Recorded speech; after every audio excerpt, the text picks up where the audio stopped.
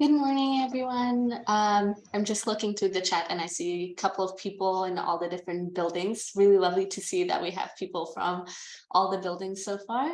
So I'm just going to get us started by doing a land acknowledgement. So we recognize that many Indigenous nations have longstanding relationships with the territories upon which York University campuses are located that precede the establishment of York University. We acknowledge its presence on the traditional territory of many Indigenous nations, and the area known as Takaranto has been caretaken by the Anishinaabeg Nation, the Haudenosaunee Confederacy, and the Huron-Wendat. It is now home to many First Nation, Inuit, and Métis communities, and we acknowledge the current treaty holders, the Mississaugas of the Credit First Nation.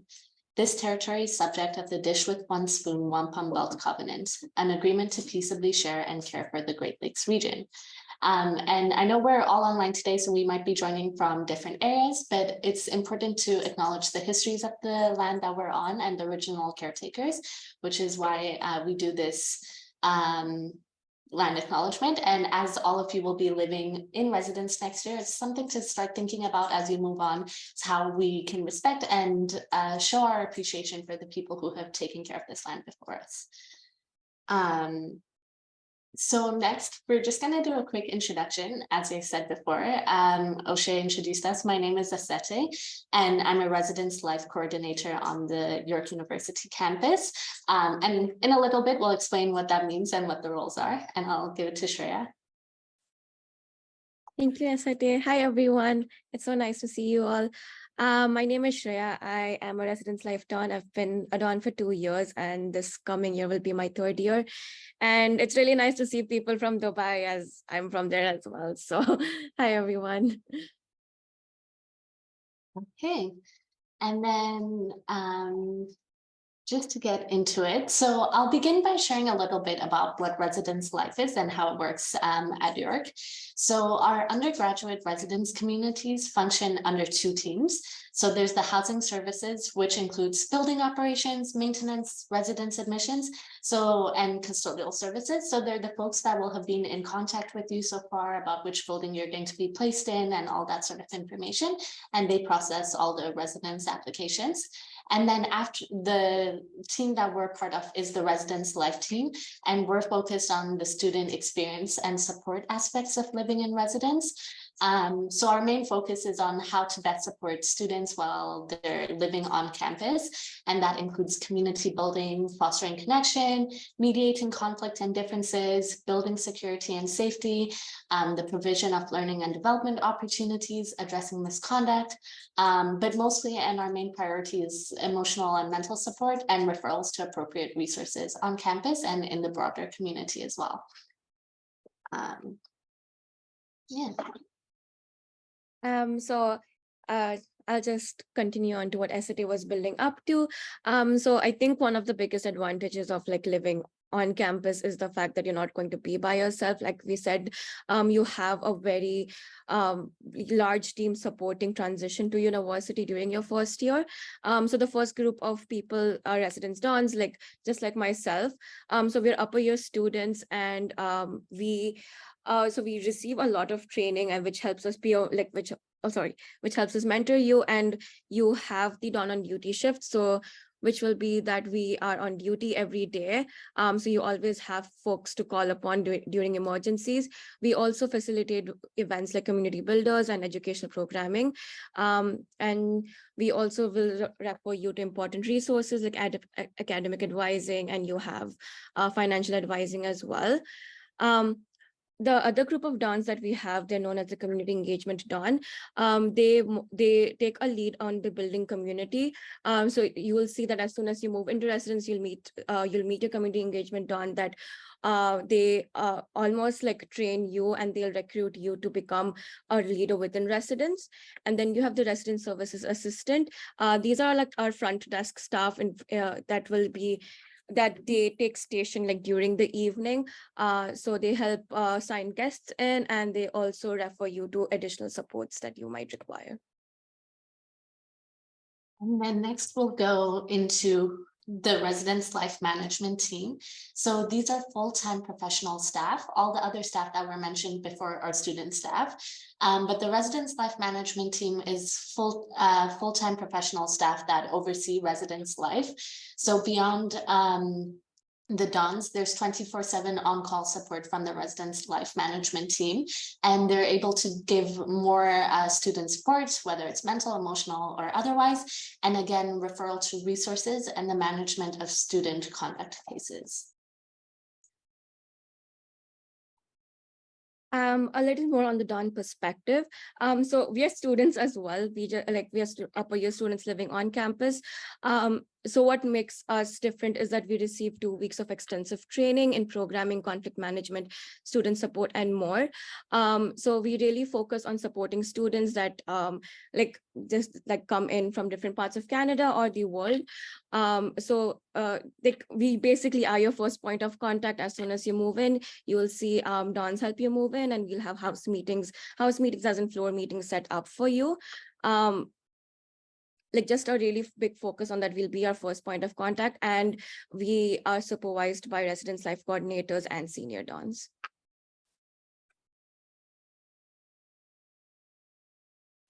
And so I'll give a little bit of an introduction into residence curriculum as well. So residence life is also committed to fostering residence learning and development outside of the classroom. And we do this in fun and engaging ways through our residence curriculum. And throughout the year, there's plenty of opportunities to learn, reflect, and a lot of the university experience is about figuring out who you are within the societies that we live in, beyond your educational learning for your program. And so residence life kind of takes a lead on this aspect and provides lots of opportunities for some reflective events that allow you to do some teaching or some learning. And there's a variety of ways we do this in. As Shreya mentioned, residence life Dons take the lead on a lot of this community building. And one of the biggest ways is through house meetings and events that are planned and hosted throughout the year. There's also some emails sent by the residence life management teams, one-on-one conversations with your Dons, and more. And at the bottom is sort of our 4 key priority areas in our educational priority. What we're focused on ensuring that you come out of residence having is self-awareness, interpersonal relationships, well-being, and an understanding of social responsibility. And so now I'm going to pass it to Shreya to tell us more about the student perspective and to share a little bit about how in her first year she got involved and her experience so far. So yeah, just like all of you, I was a first year student as well. I started in 2019. And I think like one of the biggest ways that I'm also, just like I prefaced in the beginning, I'm an international student. I come from Dubai. And so like coming into York, it was a very scary place to begin with, given that I didn't have close family members or didn't know anyone before coming in. So residence really became that strong base for me, where I found I found community and belonging. So I think the biggest ways for you to get involved, living on campus, I do feel like it really gives you almost like a boost compared to other students, since you have such a strong base. Your house Don will always be your go-to, given that any question that you have. So your first house meeting, please make sure that you attended. House meeting is basically where you'll meet your Don for the first time. You also have the opportunity of meeting other residents on the floor. So this also helps you connect with other people, and just like you, there's so many other first years. So this just really helps you not feel alone. And then we have the community engagement Don that also focuses on building community and leading events based off the residence curriculum that the RLMT has built upon. So for me, the way I got involved was through joining the community engagement committee. I found a lot of encouragement through my Don and other peers, which really helped me build on my leadership skills, which also helped me interview for the Don role and for other positions within the university. But also just make sure that that you are rebranching out. A lot of times that what happens is that if we find people that come from the same place as us, we can tend to restrict ourselves, but just remember that there's so many other first years just like you, and there's so many other ways to branch out and find your community. Some other ways are also through clubs. So you have the academic clubs, depending on the program that you are in. College involvement, I'm not sure, but many of you might have signed up for Frosh as well by now. So that's also a very good way to find your friends. You also have cultural clubs that you'll come across through in September during the Frosh and tabling week. And there's also many other support groups for mature students and transfer students as well. Also, just remember that spending time with each other does not have to be it just does not have to be that you really need to spend a lot of money or you have to go out a lot. I think it's just the small things that you do together, as to running errands together, going for groceries together, or finding someone to keep you accountable through study sessions. So those things really help you keep really get involved within residents and help you build your community. Thanks, Freya. And as was mentioned in the chat, please feel free to add any questions you might have. And so transitioning into residence life can be quite scary, especially if you're leaving your home country to come here, or your hometown and you're moving to a new city. And sometimes it can feel confusing, not knowing what you need to do. So the next part of our presentation is going to be focused on tips and tricks for transitioning into residence life. And then we'll leave a big part of the presentation time will be dedicated to answering your questions. So feel free to send them through the chat as we go through the presentation. So a couple of things to think about before moving into residence are things like, how will you remain connected with your friends and family? Oftentimes we think about how we're going to make new friends or how we're going to get involved on campus, but it's really important to be intentional about ensuring that you'll remain connected with friends and family. So whether that's creating a tradition that you'll do or setting aside a dedicated time every week that you'll call back home, just make sure to think about how you'll intentionally continue to build these relationships. Another thing to think about is, where will you get your basic room essentials from, especially for people who might be international and flying in or coming from different parts of the country. There's limits on how much you can bring on airplanes. So maybe think about what you'll bring from home and what you'll buy here, where here you'll get it from.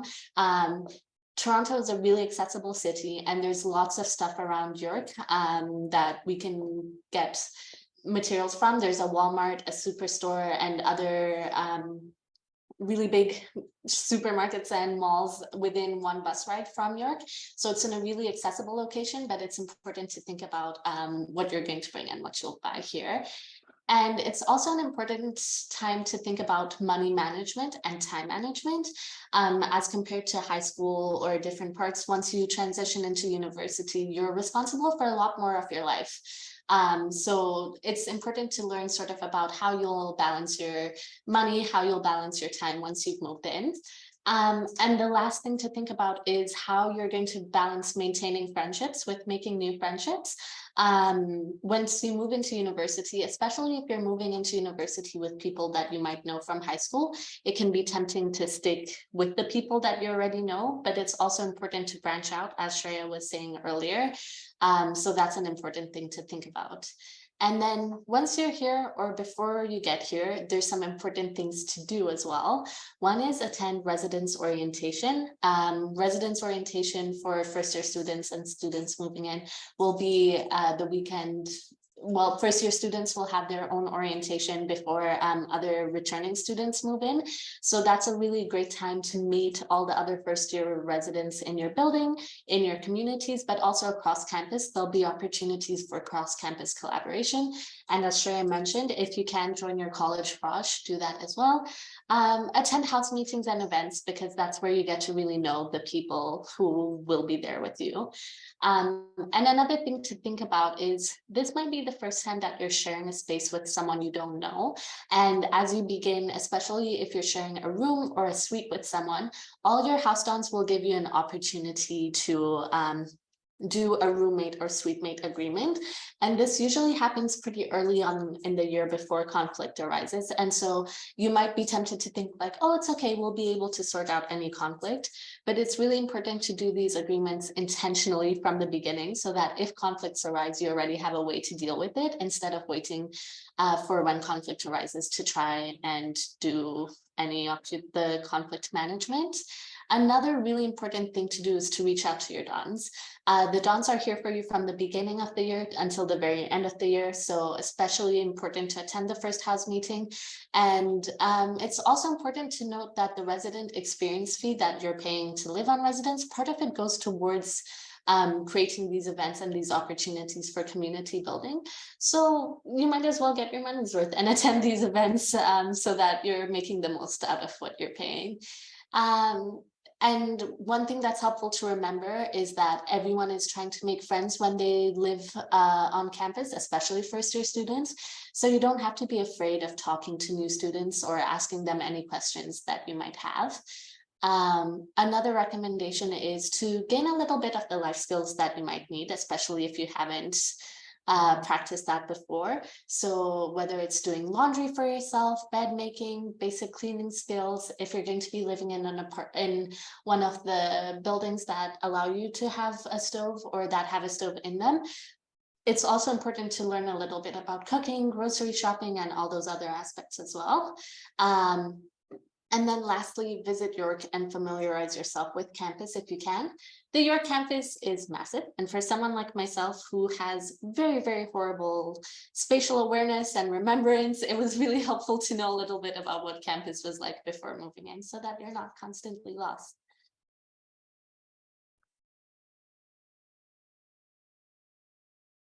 Thank you so much, Esate. These are just a few important resources for you to know before you come into campus and like once you're transitioning into campus. It's important to take care of yourself, and like all of you must have like different ways of taking care of yourself, but this is some ways that you can incorporate into your self-care routine once you're on campus. So the Tate McKenzie is the fitness center on campus. You have once you come into campus, you can visit the center and get their yearly membership. That's $20 for your year. You will need your student card, which you also might have to like do that before you go to Tate. They also offer many types of group classes, which you'll be able to check out on their website. They also offer nutritional plan services. York, like I said, is a massive campus, but at the same time, a very, very beautiful campus. During fall, it's really nice to go on a walk. So just make sure that you're making use of the space. For your emotional and mental health well-being, like we said, you have the house dons to reach out to, and